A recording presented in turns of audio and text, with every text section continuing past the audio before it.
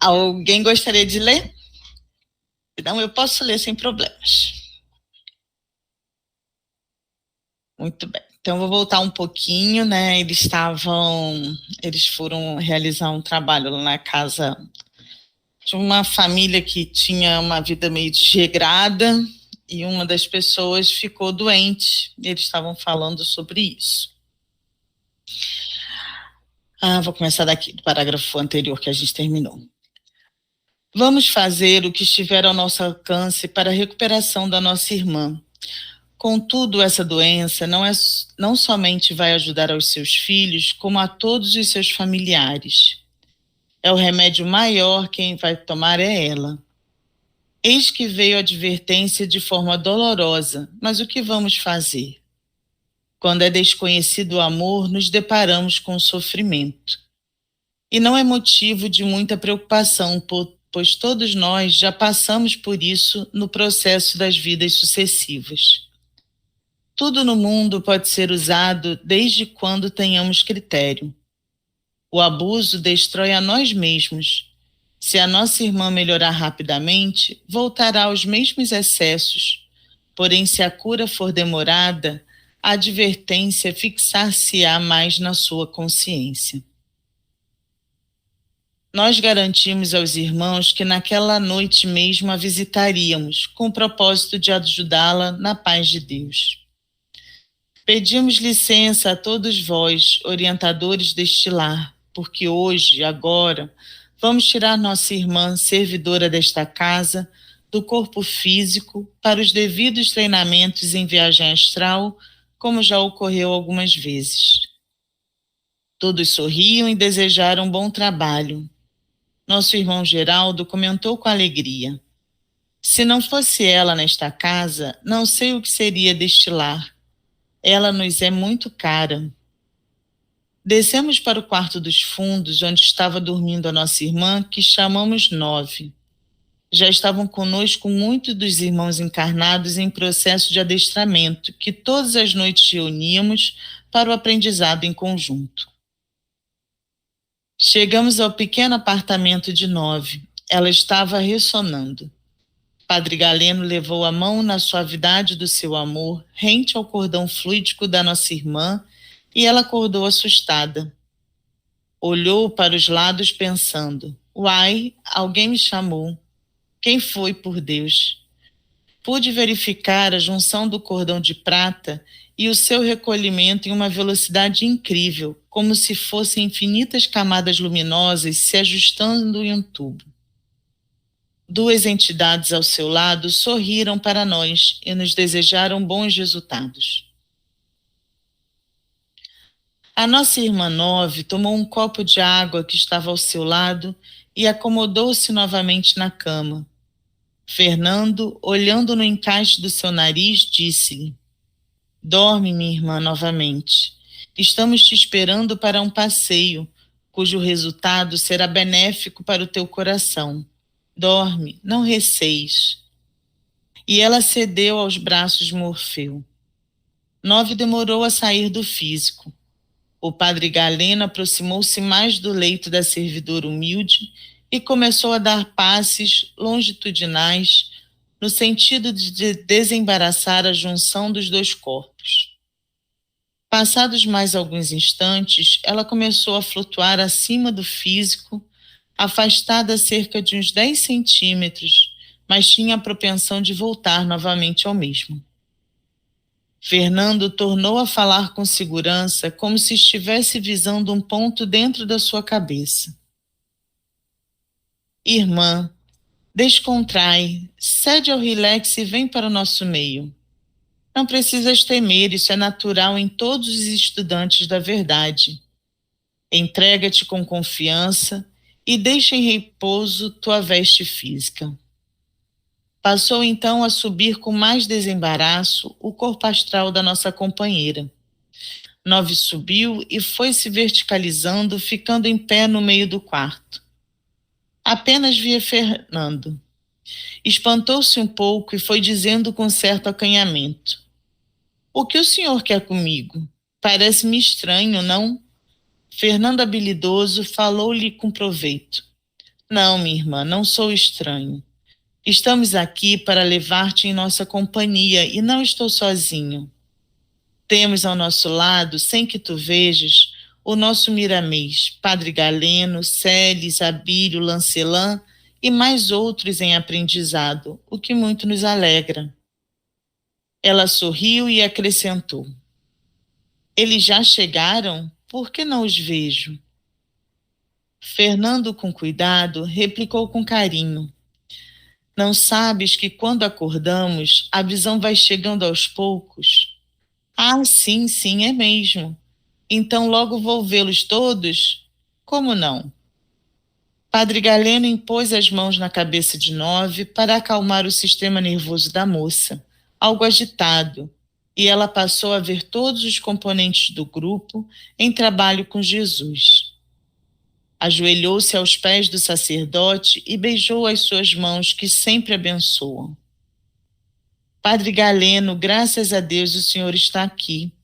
Esta casa precisa do Senhor. Peça a Deus para que a paz se estenda até este lar.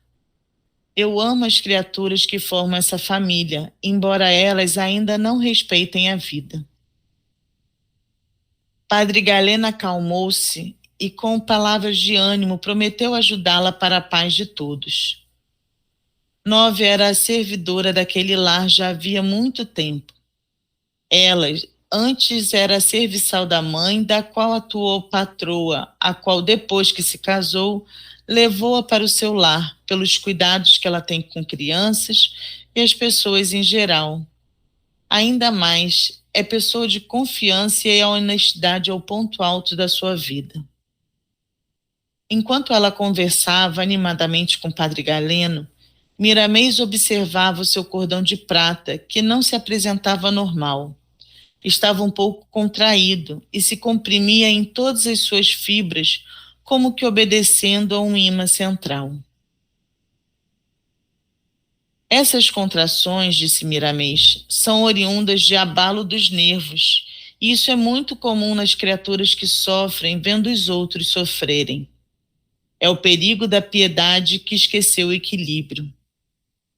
Miramês nos convidou a sair, acrescentando: Ela tem necessidade urgente de ar puro e de um visual agradável. Busquemos uma campina mais próxima para o refazer necessário, e nós também vamos ser beneficiados. Saímos todos e, com poucos segundos, estávamos onde queríamos, passeando ao clarão da lua e das estrelas, admirando a natureza e refazendo forças no grande suprimento da vida.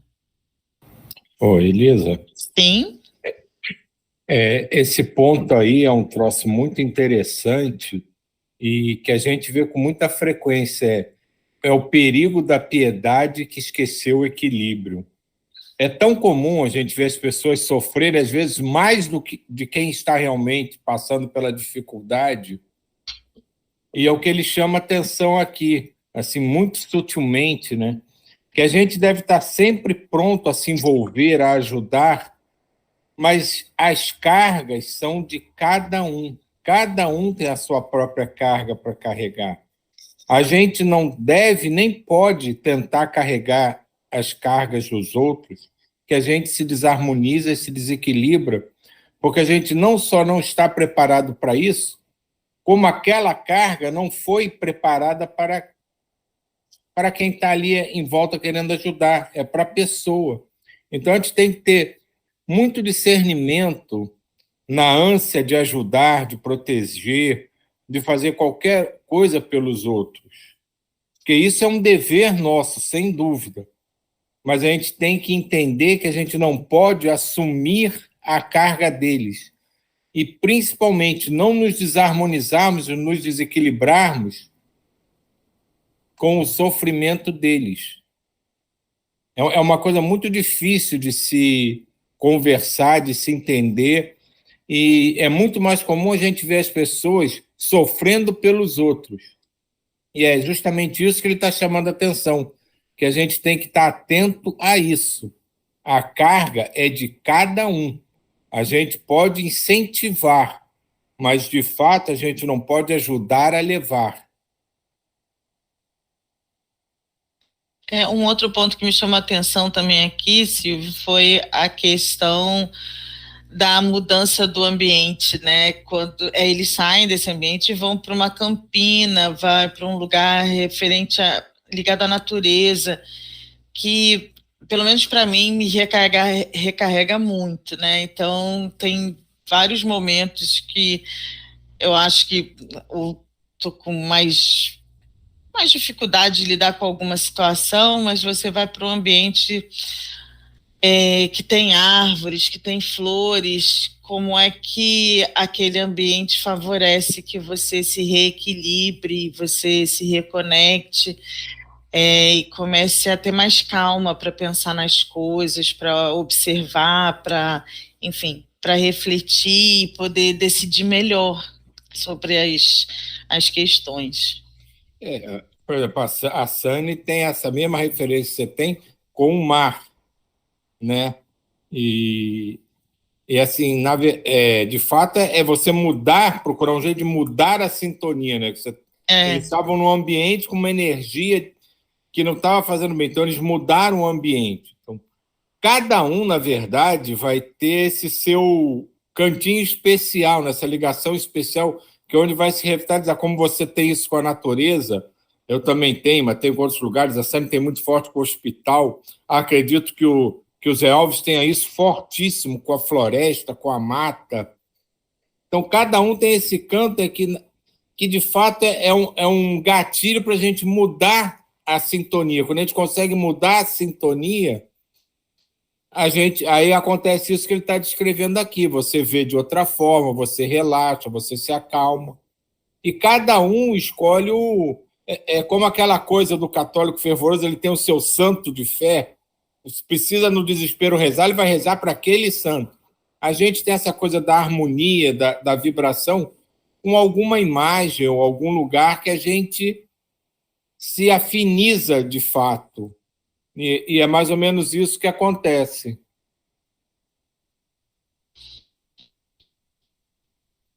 Notei que por ali passavam de vez em quando grupos e mais grupos de entidades que certamente buscavam a mesma coisa que nós, a tranquilidade do ambiente dos campos. Respiramos ali em longos haustos e a alegria não se fez de rogada. Fomos invadidos por ela e logo perguntei a Miramês o porquê daquele fenômeno nos campos. Lancelã, os campos são livres do magnetismo inferior que os homens expelem pelos pensamentos desajustados e do miasma dos animais nos seus rudimentos mentais. Aqui os ventos circulam sem interrupção, purificando tudo, enquanto espíritos de alta estirpe descem periodicamente magnetizando a atmosfera, bem como também as nascentes dos rios, em benefício dos que aqui vêm. Deus não se esquece de nada, mas também nos grandes centros civilizados existe essa operação. Contudo, os homens mesclam essa bênção de Deus com os próprios sentimentos e turvam o ambiente antes salutar. O próprio Sol, neste meio em que nos encontramos, é mais benfeitor por não ter os seus raios interrompidos, de certa forma, pelas nuvens da poluição. E se não fosse o Sol que desintegra os pensamentos formas, o ambiente humano seria insuportável. Isso é a ciência divina. Deus não é Deus dos mortos, porque dá vida a tudo e a todos. Notei que Nove estava mudada com poucos minutos. Todos os que nos acompanhavam se alegravam com a vida dentre a natureza pródiga em energias compensadoras. Olhei para as estrelas e agradeci a Deus por sua bondade conosco. Os seus mais variados recursos estavam em favor do nosso equilíbrio. Demos as mãos e volitamos. Descemos em um hospital onde estava a patroa de Nove e fomos recebidos afavelmente por muitos cooperadores daquela casa de saúde. Perguntamos pela senhora ali socorrida naquela noite e nos disseram que ela estava em observação para ver se o seu caso não evoluía. Ela sofrera o rompimento de uma veia irrigadora da árvore pulmonar e agora dormia sob o efeito de sedativos. Passamos para o seu apartamento e Nove quis se emocionar quando viu a patroa. Chamamos-lhe a atenção e ela se controlou. Explicamos-lhe o ocorrido, pois ela ignorava os acontecimentos daquela noite porque dormira cedo. Caena e Celes se abeiravam da senhora enquanto Abílio e Fernando faziam tratamento no ambiente, renovando a atmosfera espiritual. Verifiquei o cordão fluídico da patroa de Nove e fiz-me consciente de que se tratava de um caso sério sob o aspecto espiritual. O laço luminoso que liga um corpo ao outro se mostrava meio torcido e com uma cor semelhante à da terra, com algumas luminosidades. Ele se comprimia de vez em quando, dada a emoção instintiva da criatura em questão, e os órgãos físicos, com a compressão, pareciam levar um pequeno choque, interrompendo a corrente divina que circula no organismo. Ao observar esses dados, Miramês abeirou-se de mim e falou com sabedoria. Lancelã, isso que acabas de observar é muito sério. Essa nossa irmã está com um desgaste exagerado da força vital. A cota que ela recebe está sendo pouca para o seu gasto. E como se fosse uma energia elétrica que estivesse entrando em uma residência para um determinado consumo e os donos da casa gastassem o dobro. O baço da nossa irmã cresceu de forma assustadora, perturbando a força divina nele acumulada. E 2 dos seus centros de força quase não funcionam. Entretanto, vamos fazer o que estiver ao nosso alcance. Essa doença é a doença salvação. A família vai mudar o modo de pensar e sentir a vida com esse abalo dos sentimentos, pois ela é uma pessoa muito querida no meio dos seus parentes. O próprio marido é fascinado por ela, e isso é bom para o começo da sua educação espiritual. Caena entregava a Miramês algo meio cinzento, meio aveludado, que ele pegou com todo o carinho peculiar ao seu estado de espírito, levou-o aos lábios e beijou com sentimento de gratidão, dizendo: Que Deus te abençoe, minha filha, que Maria Santíssima tenha compaixão da tua vida e te ajude a viver. No silêncio... Oi? Elisa, essa parte é legal. Durante essa semana se discutiu isso, né, da energia vital, que até o Djair fez a analogia com a bateria, né? Aquela bateria, a pilha, né? Que ela vem com determinada quantidade de energia. Quando ela gasta a energia toda, ela acaba, né? E da mesma forma, né, nessa ligação do espírito nos vários corpos, até o corpo, a animação do corpo físico, né? A gente recebe, né, uma energia vital em determinada quantidade, que deveria durar o tempo programado para a gente ficar aqui. E por várias razões, como aquela eles descrevem nesse caso do livro, né, a gente gasta mais do que era o previsto e acaba esgotando a energia antes. Então, existem não poucos, mas muitíssimos casos, né, de pessoas que desencarnam antes do previsto por justamente acontecer isso. Eles esgotam a energia vital com que eles vieram para essa jornada e acabam desencarnando antes, né? Alguns são chamados de suicidas inconscientes, né? Outros têm outros nomes para isso, mas não importa. É um cuidado que a gente tem que ter com a nossa própria energia, com o dia a dia, com os nossos pensamentos, com as nossas atividades, para que a gente possa cumprir todo o nosso papel na plenitude que a gente programou antes de vir.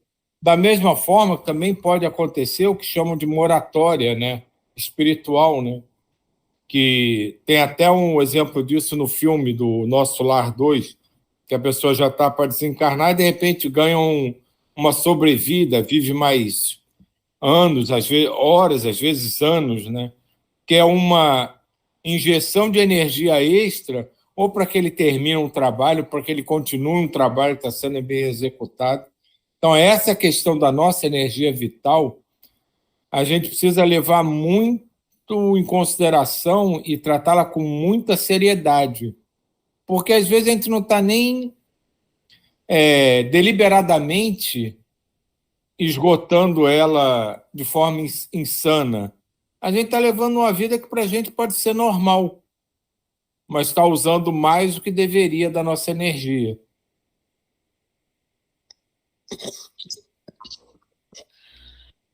No silêncio que o ambiente emprestava, levou 2 fios às narinas da patroa de 9, ligou com cuidado no tesouro que recebera de Caena e deixou aquele plasma marinho passar sem embaraço. Terminando, desligou os fios, aplicou alguns passes sedativos e ela dormiu profundamente sem nenhuma convulsão, qual antes apresentava. 9 parecia que ia desmaiar pelo que fornecera de fluidos animais para a patroa que ela tanto amava. Padre Galeno aproveitou a ida àquele hospital para visitar pessoas queridas que ali estavam internadas. Por isso não pôde participar dos trabalhos naquele apartamento onde se encontrava a senhora do palacete. Miramês alegre comentou: "Está tudo bem, graças a Deus. Amanhã ou depois ela vai ter alta, mas com certas advertências médicas, e isso é bom."